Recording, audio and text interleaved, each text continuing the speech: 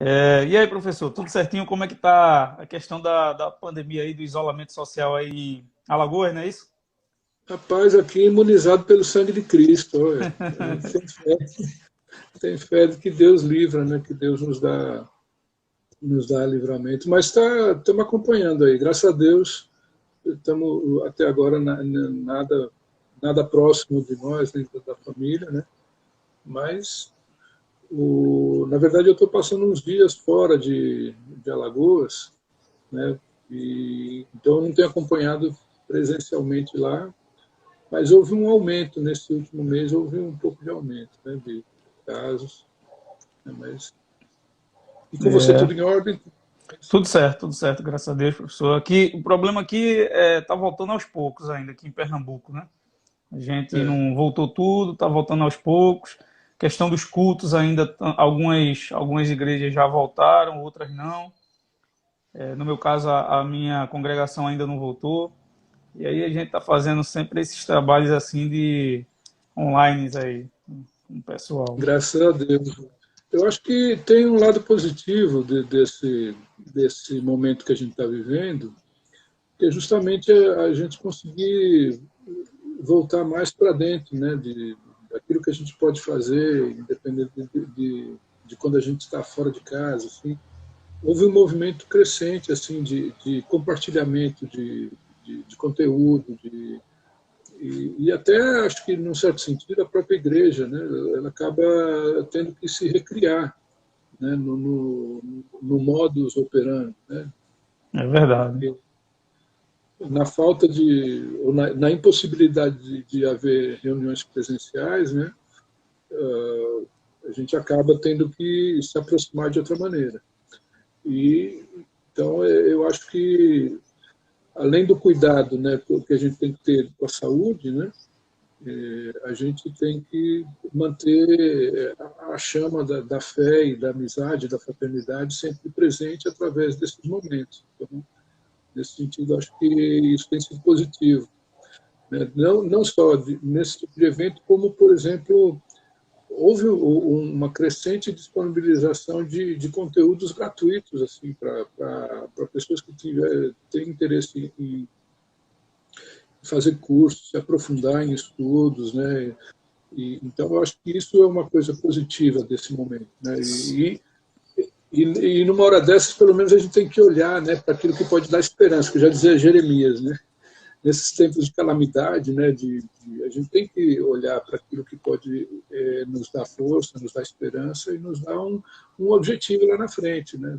Quer dizer, eu fiquei em casa, fiquei fechado, mas pelo menos eu me aprofundei nos estudos, eu tive o tempo de ler mais, eu tive o tempo de, de fazer qualquer outra coisa que não me deixasse afastado, né, das pessoas e do conhecimento também. A gente que milita nessa área, né, de educação, né, e está sempre pensando nisso. Né. E eu observei, né, a propósito ainda disso, né, que, por exemplo, dentro do próprio seminário Nazareno, que dentro a estrutura virtual ela cresceu por causa disso. Né. Acho que houve uma disponibilidade maior, talvez, de tempo das pessoas, né, o Isso. interesse em fazer alguma coisa.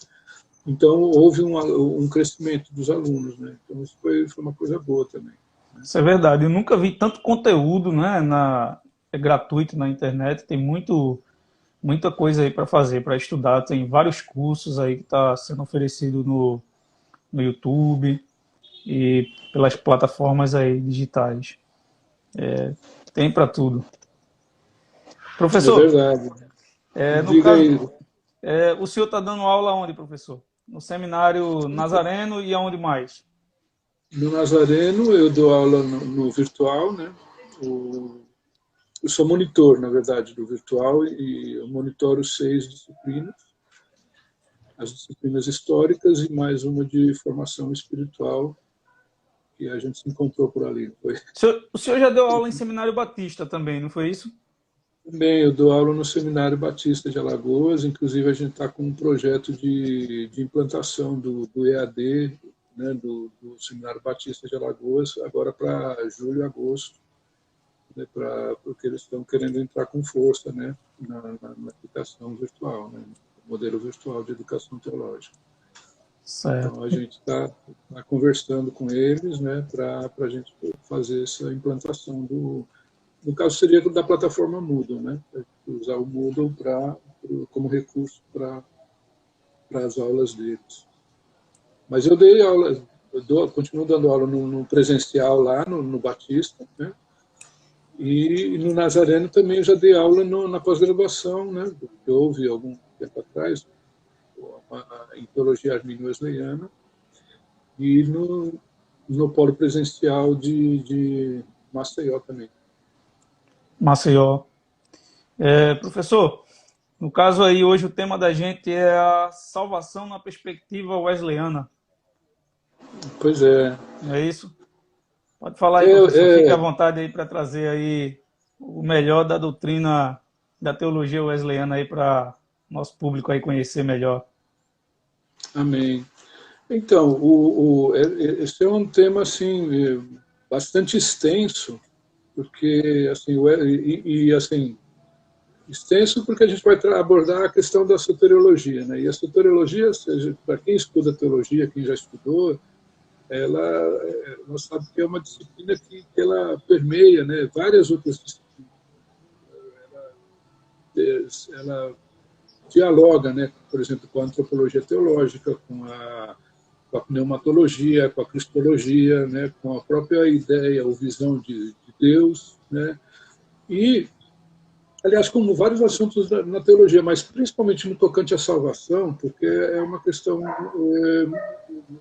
fundamental dentro da fé cristã, né, porque se não existisse o conceito de salvação, toda a fé, né, ou toda a doutrina, tudo que a gente crê, né, no cristianismo não faria sentido, porque justamente isso talvez o principal pilar, né? E uma dificuldade, né, ou uma peculiaridade da teologia wesleyana no tocante à salvação é porque toda a teologia de Wesley ela não foi construída, não foi escrita de forma sistemática. Então a gente encontra a ideia de Wesley, né, a ideia de salvação, ou como ele vê a salvação, em vários sermões, né, que foram escritos já quando ele já tinha mais de 40 anos, quando já tinha uma trajetória, né, um percurso andado, né, e além dos sermões, às vezes em cartas, e parte no diário. E como ela não foi sistematizada, a não ser depois de muitos anos, né, por exemplo, para mim que gosto de tentar, sempre que possível, né, obter a ideia de Wesley nos originais, né, então é um pouco mais trabalhoso. Mas, claro, né, a gente tem já uma visão acentuada disso, há alguns anos já lendo a respeito e ensinando também, tratando de outros temas. Mas, basicamente, a ideia de salvação de Wesley, ela não é uma ideia diferente do restante da cristandade, nem da teologia protestante. Né? Em linhas gerais, o Wesley ele acredita basicamente nas mesmas coisas, com algumas diferenças que sim, aí são diferenças que são acentuadas, mas, por exemplo, quando a gente fala de salvação numa perspectiva wesleyana, a gente está falando sobre a forma como opera a fé, a graça, o arrependimento, justificação, o significado do novo nascimento e, principalmente, depois, o grande distintivo da teologia wesleyana é a questão da santificação, da santidade. Né? Isso até nos dias de hoje, né, continua sendo ainda um grande distintivo. Mas, se a gente pensar, né, o Wesley, né, ele começa a escrever o primeiro sermão dele, justamente ainda em 1738, foi sobre a salvação pela fé. Ele tinha acabado de vivenciar aquela experiência que ficou conhecida como a experiência do coração aquecido, né, que ele tem a experiência na verdade, a convicção da salvação que ele teve, né, naquele momento, no dia 24 de maio, e ele escreve o sermão praticamente 15 dias depois, sobre salvação pela fé. Então era uma coisa bastante recente e bastante importante. Foi o primeiro sermão da vida dele, como já com a teologia transformada. Porque, e eu vou falar isso aqui só para explicar a diferença, porque Wesley, ele sempre foi um estudioso, ele foi teólogo, foi ministro, foi pastor, foi missionário, né? Ele nasceu em 1703 e até 1738, ou seja, até os seus 35 anos, ele tinha uma visão teológica. E é totalmente diferente, totalmente diferente em pontos, mas é essencialmente diferente, né, principalmente nessa questão da salvação, né, do que ele começou a pregar posteriormente a isso. E por quê? Porque quando ele foi muito influenciado pela ideia da salvação, pelas obras, pela leitura de Jeremy Taylor e William Law. Né? Então ele acreditou na ideia da perfeição, ele acreditou que ele precisava realizar boas obras e que isso, né, ia produzir ou confirmar a salvação dele.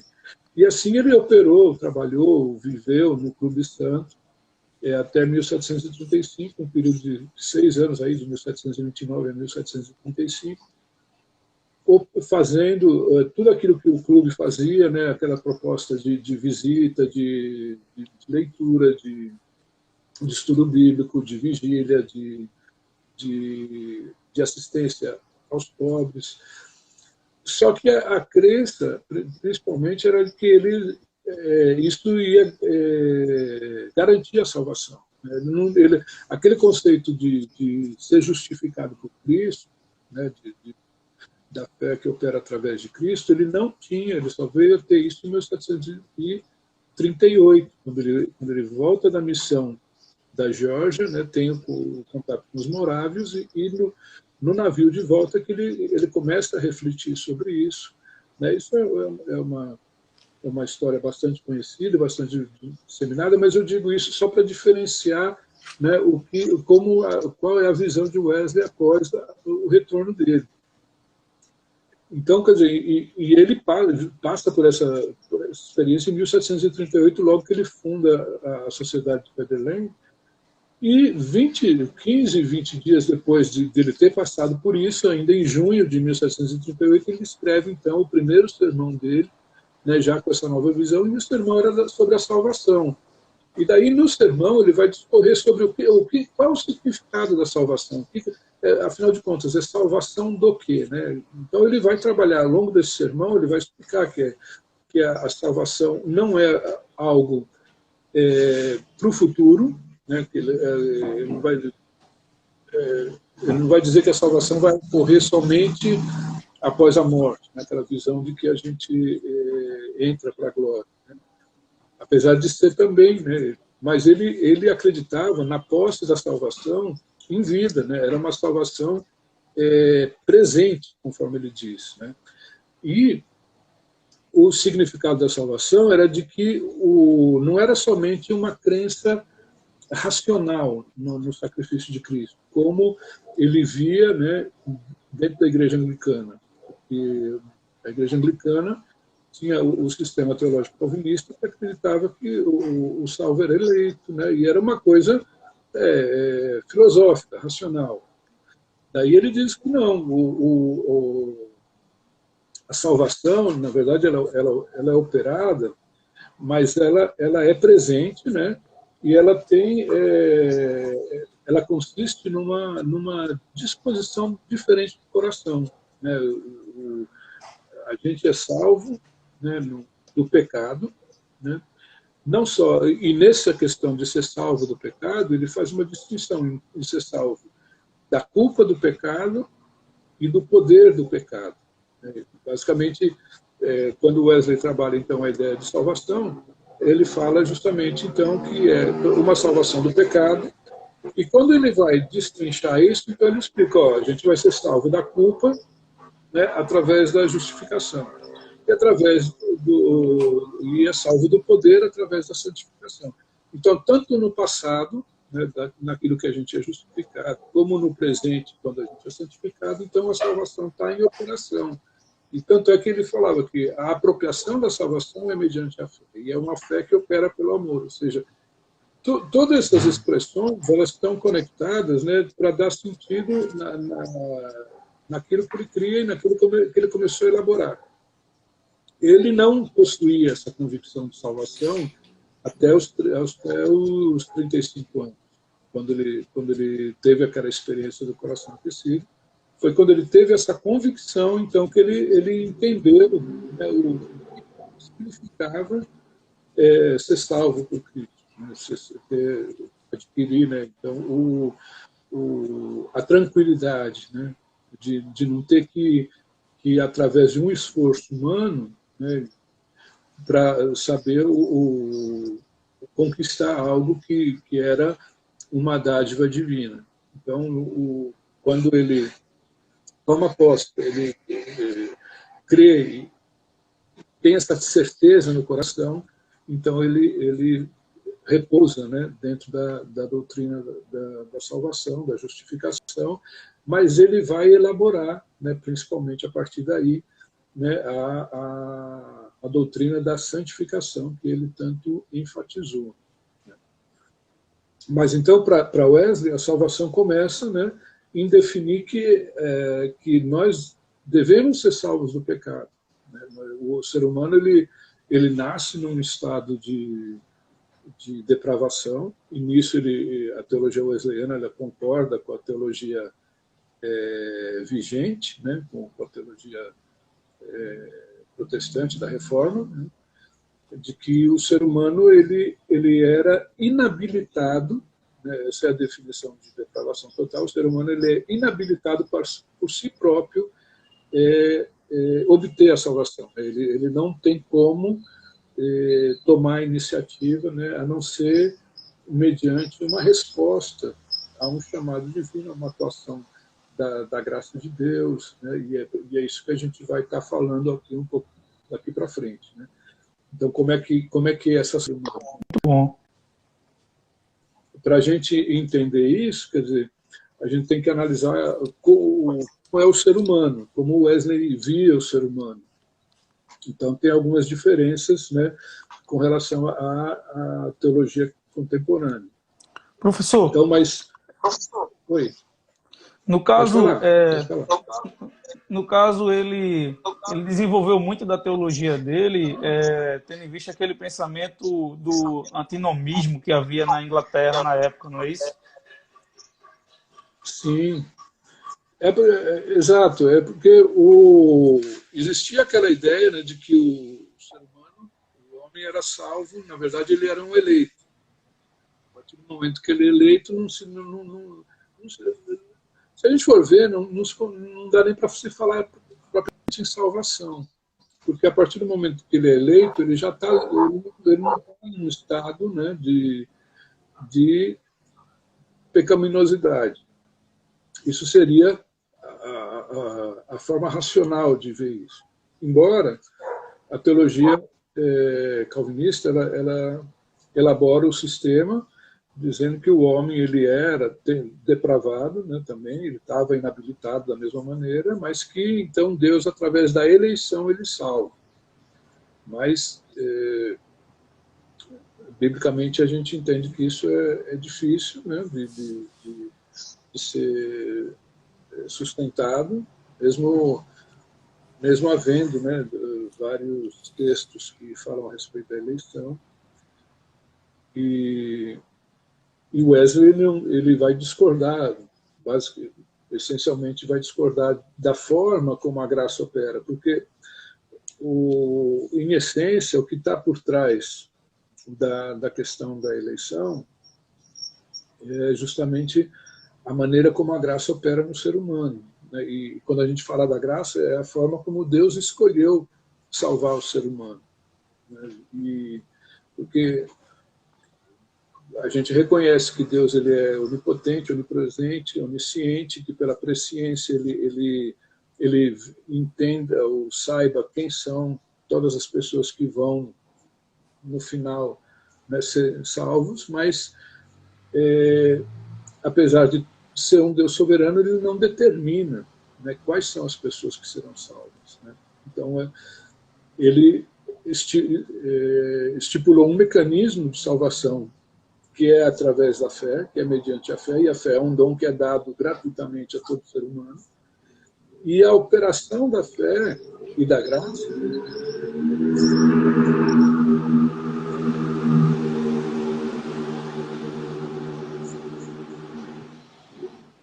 porque quando a gente está falando justamente da fé, que é uma condição para que haja a salvação, né, o Wesley ele define a ideia da salvação definindo, o homem ele tem que ser salvo do pecado. Então ele é salvo do pecado, do poder e da culpa, né?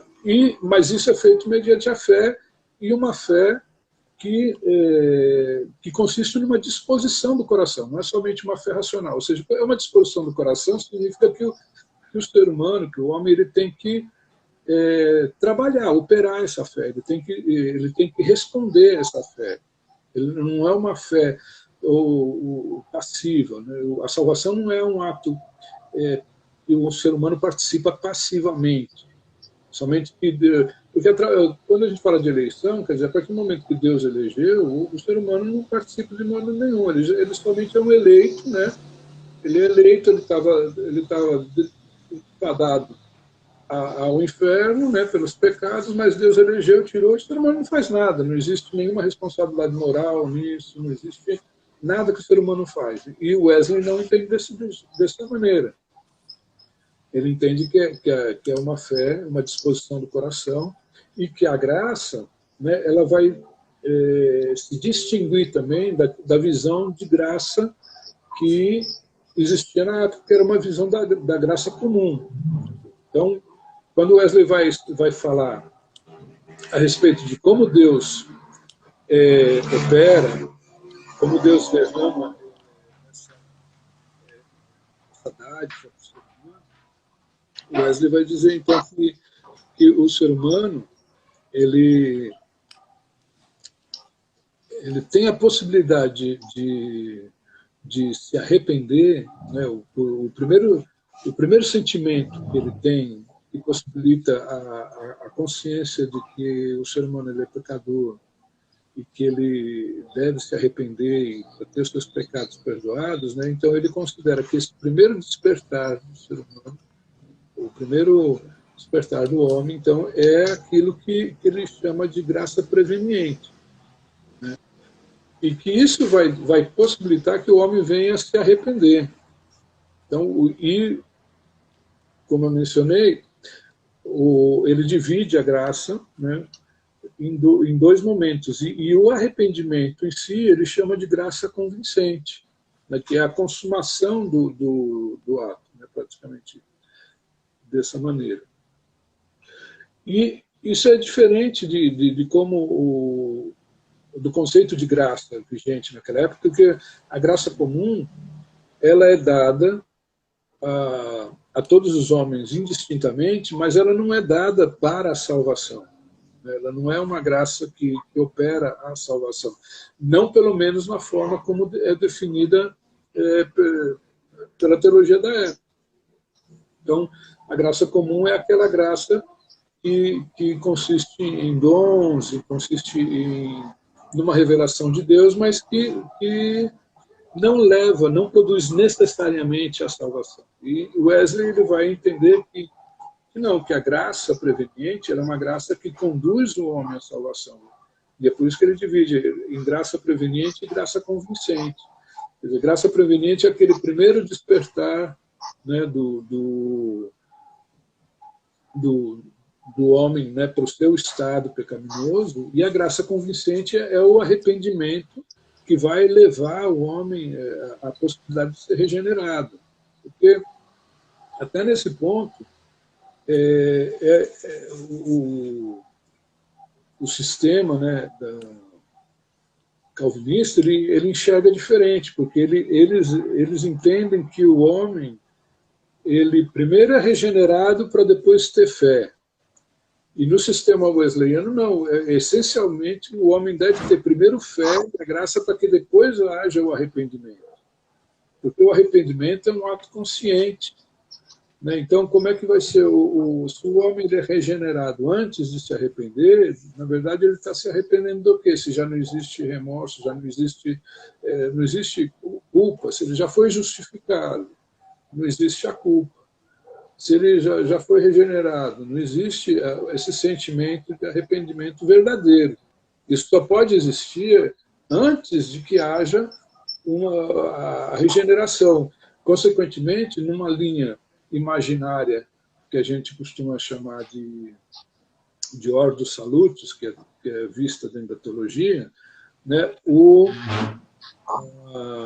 arrependimento vem antes da justificação, né, porque ele deve ser um ato consciente.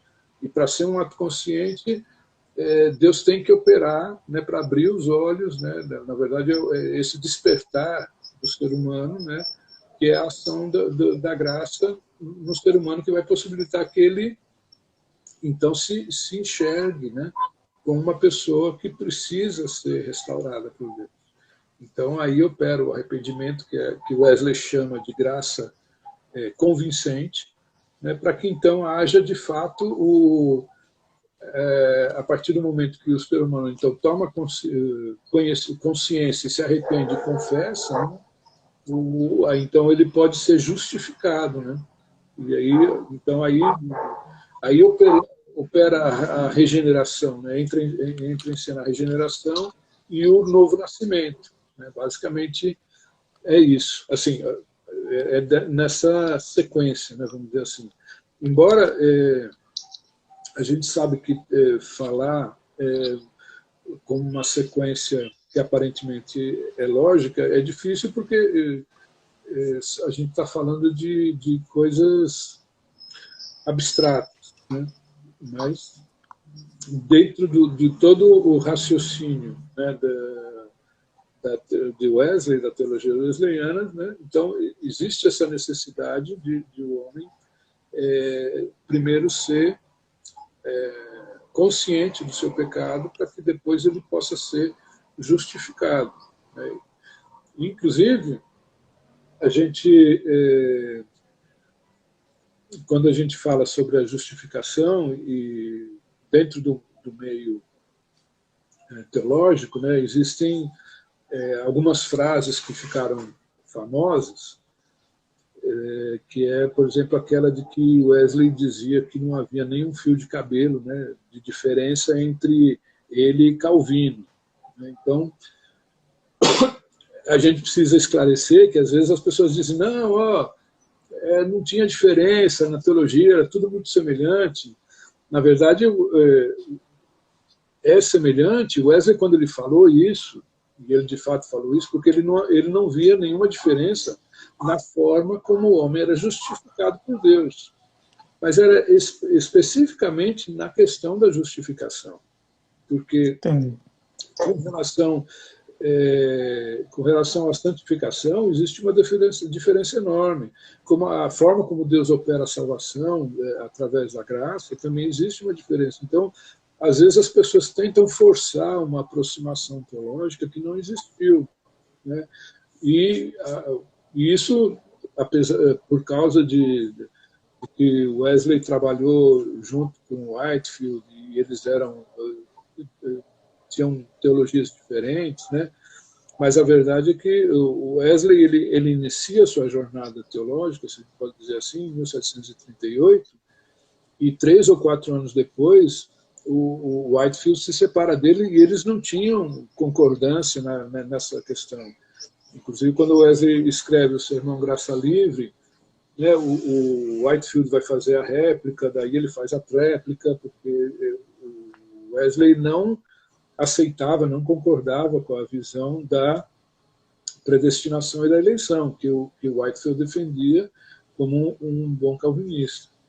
Mas aí, no que diz respeito à justificação especificamente, ele dizia, não, é assim mesmo, daí a gente não tem diferença nenhuma. Aliás, na questão da depravação total, na visão de que o homem ele era inabilitado, também não havia diferença. Onde estava a diferença? A diferença estava na forma de operar da graça divina. Por quê? Porque quando...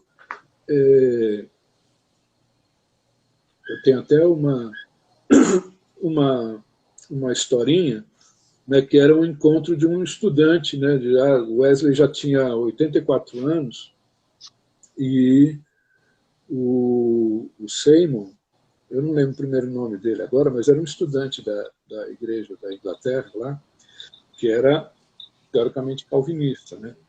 Mas ele era jovem, tinha 28 anos, e o Wesley, nessa ocasião, já tinha 84 anos. Daí ele encontra com o Wesley na rua, e ele diz: bom, senhor Wesley, eu devo supor, então, que já que você é arminiano, eu tenho que tirar a minha espada da bainha, né? Porque eu sou calvinista, né? Daí o Wesley diz: não tem nada a ver. Mas daí ele disse que queria fazer uma pergunta, ele diz: eu quero lhe perguntar se você crê, né, que Deus salva, que é somente Cristo que opera, né, na salvação. E o Wesley disse: sim, claro, não sei o quê, mas é pela fé? Tá, é pela fé. Mas o homem, ele tem que crer no poder de Deus ao longo da vida? Não, claro, tem que ter, eu creio, assim como um bebê está no colo da mãe, o homem tem que estar nos braços de Deus para ser salvo. Ele diz: então o que eu posso dizer é que eu vou guardar minha espada agora, porque eu creio da mesma maneira que você crê na salvação, na justificação e na perseverança, né? Porque a gente tem que confiar em Deus por tudo isso. Só que o que está por trás dessa história, na verdade, é o seguinte, que assim como Wesley, Armínio antes dele, né, já tinha sustentado a operação da graça, de tal maneira que o homem, ele era só, não o homem era só, o homem ele só podia responder a essa graça. A diferença do sistema arminiano para o sistema calvinista nesse sentido é que Armínio já tinha escrito anteriormente que essa graça estava disponível a todo ser humano. E que a partir do momento que o homem respondia, então ele cria para a salvação. E o que não cria, então ele era condenado por incredulidade. No sistema calvinista, não. No sistema calvinista, a partir do momento que a graça é disponível só para os eleitos, então o homem é salvo. O homem é salvo sem nenhuma participação moral, sem nenhum arrependimento, que foi o que a gente estava falando antes, e automaticamente quem não é eleito, então é condenado pelo outro decreto de condenação, porque não existe, a graça só é disponibilizada para aquele que é eleito. Então, a diferença do sistema arminiano do sistema de Calvino, na operação da graça, basicamente era essa. Então, o Wesley, ele não vai modificar nada disso, assim, porque ele acreditava da mesma maneira. Pelo contrário, ele combateu os calvinistas da época que diziam o contrário, né, e etc. E debateu com eles. Na verdade, não é combateu, debateu, né, porque não é uma questão de se combater, mas era uma discussão teológica. Mas daí o que acontece? Então, o fio de cabelo, se ele existiu, ele podia estar na questão da inabilidade, na depravação total, que viu o ser humano com uma natureza caída, né?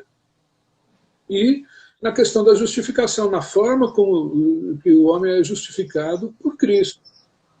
Né? Desculpa.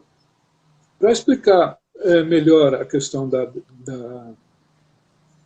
depravação total, Wesley ele escreveu a respeito da imago Dei, né, da imagem de Deus no homem, e ele dividiu de forma ilustrativa a imagem em três, né, a imagem política, a imagem moral e a imagem natural.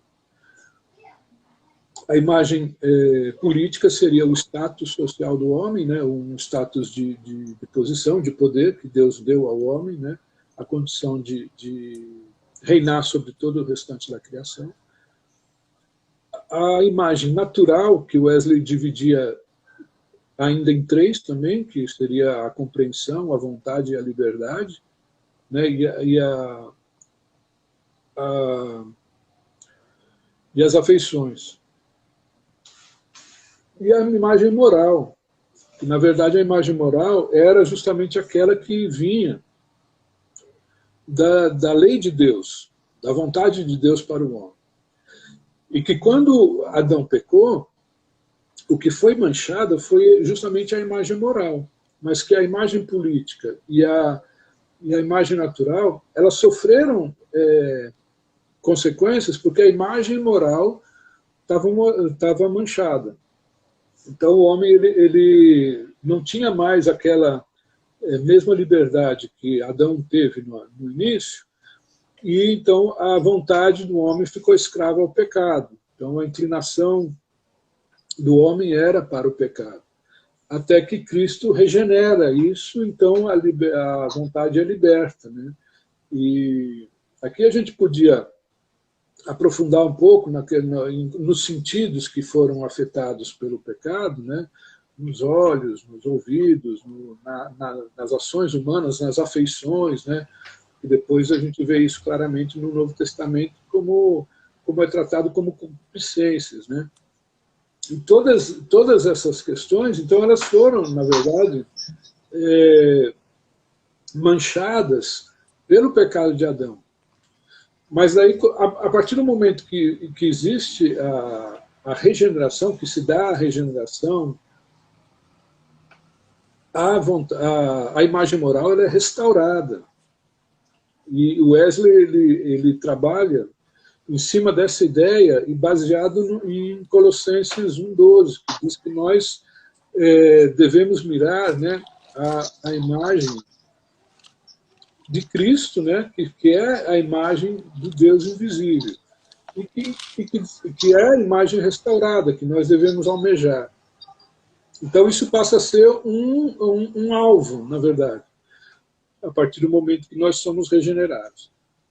Mas então, o novo nascimento, ele se dá com a justificação, a partir do momento que o homem é justificado por Cristo. Mas, nesse sentido, Wesley ele concorda com uma primeira parte, porque ele também vai dividir o que a teologia da época chamava de justificação, Wesley também vai dividir em dois, ou em duas, né, que ele vai chamar. Existem alguns textos de Paulo, na verdade, que eram utilizados de forma intercambiável, tanto para falar de santificação como de justificação. E na teologia reformada, isso era visto só como justificação, dizendo, não, então se nós já fomos santificados, nós somos justificados e pronto, acabou, parou aí. A vida no Espírito, a vida transformada, o novo nascimento, não existia, não era necessário. Então, Wesley separou a santificação e chamou a justificação de santificação inicial, e a santificação, que seria algo subsequente, ele disse que era um processo depois que poderia chegar até a inteira santificação. Então, isso é um conceito novo. Na verdade, não é um conceito novo, porque a Bíblia fala sobre isso, fala sobre a vida no Espírito, a forma como o Espírito trabalha na vida do ser humano, mas era novo para aquela teologia que entendia que justificação e santificação era uma coisa só. Então, a teologia dizia, não, o homem foi santificado, o homem foi justificado, era tudo a mesma coisa. Cristo santificou, a santificação é por imputação ou por posição, né? E acabou-se, o homem está salvo. O Wesley não entende assim, ele entende que uma vez que o coração do homem é regenerado, então ele é liberto da culpa do pecado por Cristo e é liberto também do poder do pecado pelo Espírito Santo. E a partir do momento que, então, o homem, aí sim, ele tem o arbítrio restaurado, a vontade do homem está restaurada para ele seguir uma vida de santidade ou não. Então, por isso que a operação da graça, a partir do momento que o homem é justificado, pode levar a uma situação de apostasia ou não, porque o ser humano ele volta a ter uma liberdade semelhante a que Adão tinha, porque ele não é mais escravo do pecado.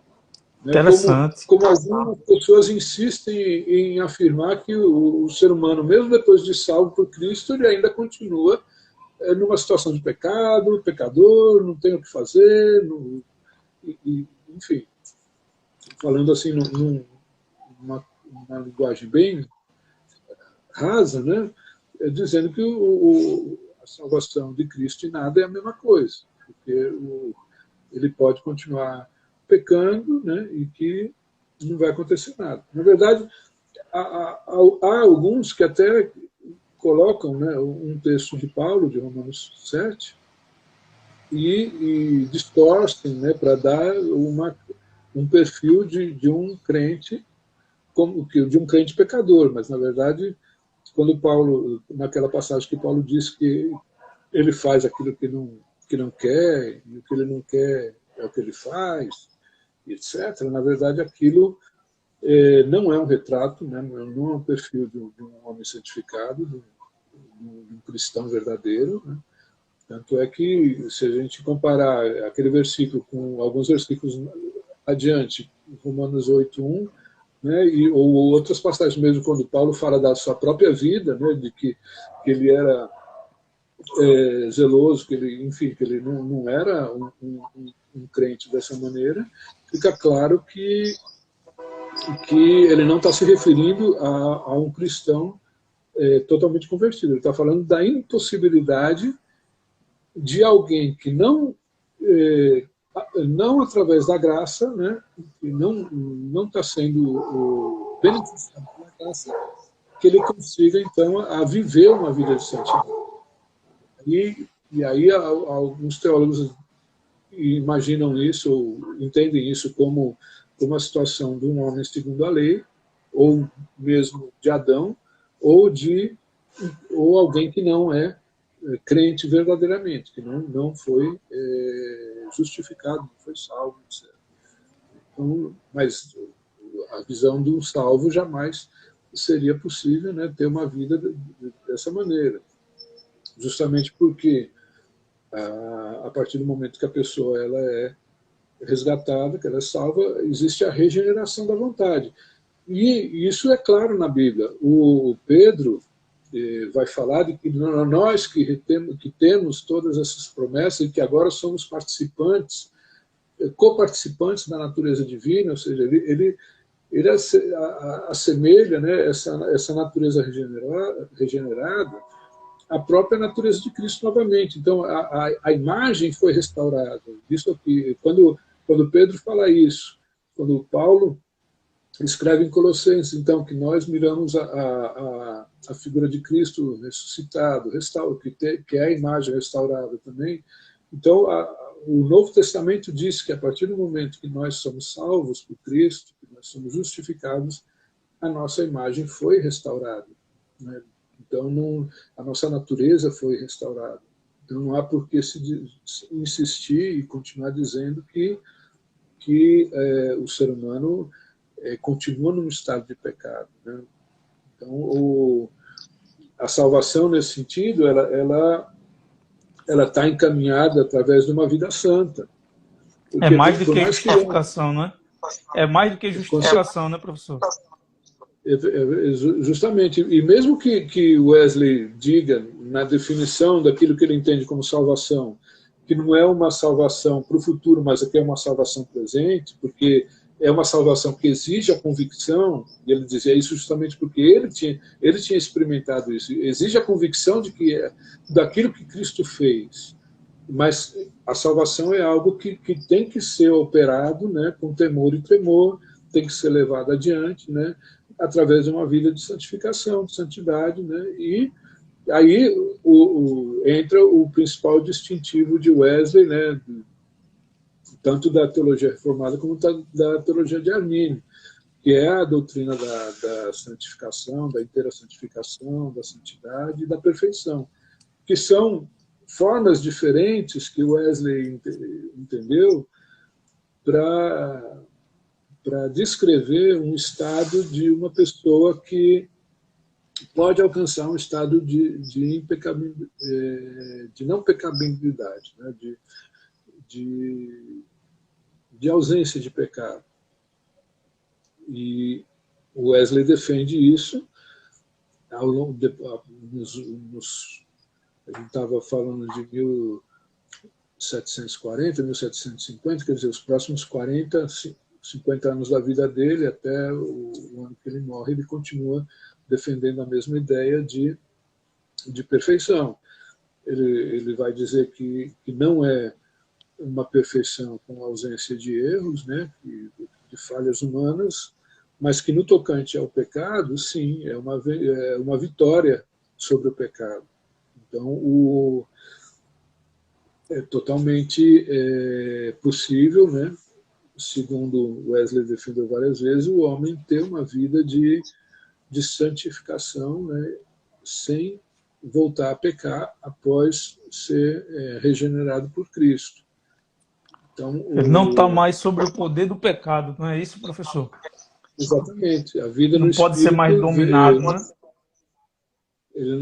A vida no espírito não deixa mais com que o pecado domine sobre o ser humano. Então, e isso, para a teologia da época, para aquela época, foi uma grande diferença, né? Porque as pessoas estavam acostumadas com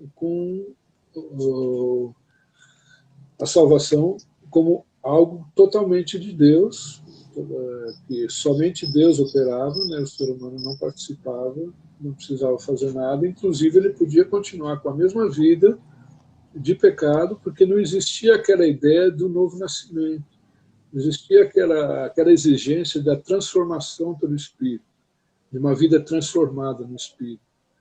E é isso que vai justamente marcar o ministério de Wesley na segunda metade do século XVIII, porque o avanço da sociedade metodista, né, e ele colocando tudo isso, essa pregação, defendendo, né, essa linha teológica e o trabalho que ele realizava na sociedade metodista, levou realmente a uma transformação social da Inglaterra, a ponto que muitos biógrafos dizem que Wesley salvou a Inglaterra moralmente, né, e socialmente, porque de fato as pessoas elas entenderam que não bastava somente crer em Cristo, crer no sacrifício, mas que elas tinham que ter uma vida consistente, né, como cristão, que eles tinham que ter uma vida de santidade, que o pecado poderia fazer com que o homem perdesse aquela salvação que ele tinha recebido pela graça e etc. Então, assim, em linhas gerais, né, a gente traçou bem superficialmente, né, mas acho que deu para entender alguns pontos. Em linhas gerais, essa é uma ideia, a ideia geral de salvação de Wesley. E ele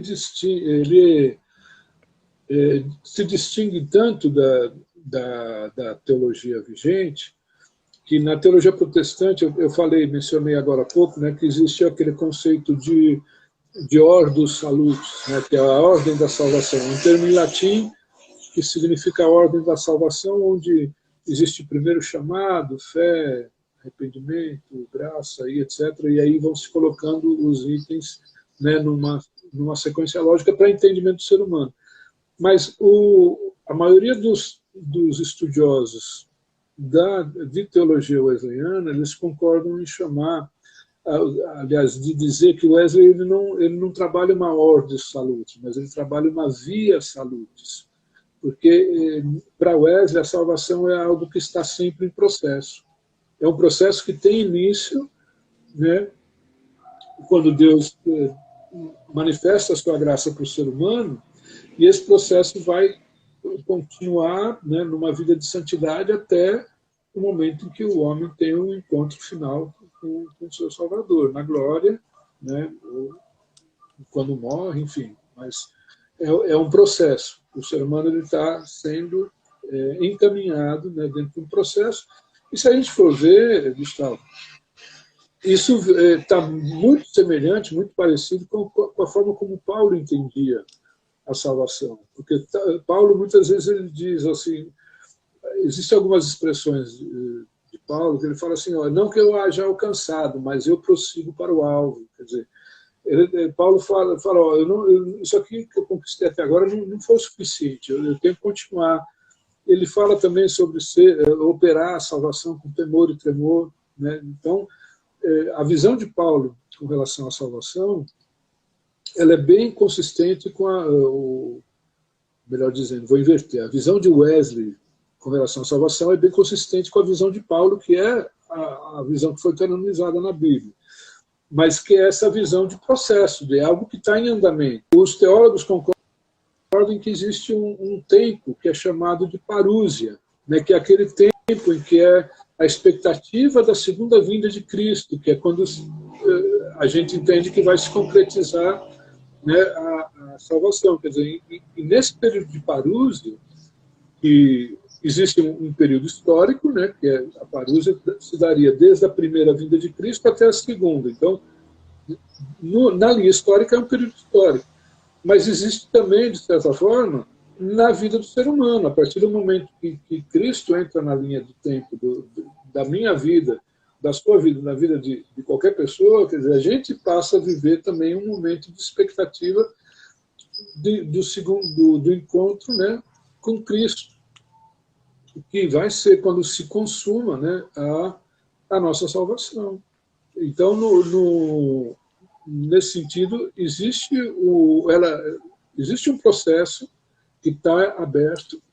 A gente pode e deve afirmar que nós somos salvos, nós temos convicção da nossa salvação, mas também nós devemos operar essa salvação através de uma vida dedicada no altar, nos cultos, no relacionamento com Cristo. Porque, na verdade, assim, se a gente for ver dentro daquilo que a gente entende, Deus criou o ser humano, a palavra bará, que é aquele termo hebraico, né, que Deus criou do nada, deu existência do nada, não significa só que Deus pegou matéria-prima do nada e fez alguma coisa, mas que esse termo ele significa que ele criou com um propósito. Então, esse propósito ele só pode ser alcançado, ou seja, o homem só pode caber dentro desse propósito a partir do momento que o homem ele estabelece uma relação com Deus. Então, ausente dessa relação, então não faz sentido isso. Então, para a gente compreender claramente o plano de Deus para o ser humano, no tocante à salvação, que é a regeneração do ser humano conforme Deus criou no início, a Adão, a gente tem que entender que existe um pressuposto de um relacionamento aí, que na questão da eleição, esse relacionamento ele é obscuro, não existe, porque o homem ele é totalmente passivo, ele não é uma relação sinérgica, né? Não existe aquilo que a gente chama dentro da teologia a sinergia, né? A teologia reformada chama de monergista, né? O sistema. Ou seja, Deus opera tudo na vida do ser humano. O ser humano é totalmente passivo, mas isso não condiz com a forma como Deus criou o ser humano. Então, se a gente está falando da salvação, que é justamente aquela regeneração na imagem e semelhança de Deus, no homem, então a gente tem que entender que essa imagem ela é restaurada para que o relacionamento com Deus possa acontecer, e deva acontecer, e ele vai se dar nesse tempo através do Espírito Santo. Porque a graça é algo assim muito abstrato, né, mas que a gente entende que é uma manifestação divina a favor do ser humano. Cristo, ele já subiu, ele já veio, cumpriu o papel dele aqui, e ele está sentado à destra. Então, hoje, esse relacionamento ele é levado através do Espírito Santo. E o Espírito Santo, então, ele conduz esse relacionamento, essa vida, né, de santidade, porque para a gente ter o Espírito Santo em nós, isso pressupõe uma vida santa. E aí, então, a gente pode conduzir a nossa salvação, operar a nossa salvação com temor e tremor até que ela chegue a termo. Amém. Professor, Amém? Oi. A gente tem 2 minutos, professor. O senhor quer renovar a chamada para a gente concluir? Ou... Então, eu não sei se eu fui muito rápido, porque eu fiz um scriptzinho aqui do lado, mais ou menos dos pontos que eu achava que eu devia falar, e que nem eu tinha te falado antes, que eu achava que dava para fazer em 1 hora. Se você achar que a gente pode continuar, a gente pode, de repente, não sei, se tem gente se abrir para pergunta, se tinha alguma coisa que Pronto. pudesse... Vamos fazer isso. O que diz aí, senão, assim, basicamente o que eu tinha me determinado a falar, eu falei, acho que deu para dar uma explanação geral. Pronto. Então a gente faz isso, professor. A gente conclui aqui, volta numa nova chamada e só para perguntas e concluir algumas questões e finalizar a chamada da gente. Pronto, beleza então. Tá joia. Ok, professor? Até já. Até mais.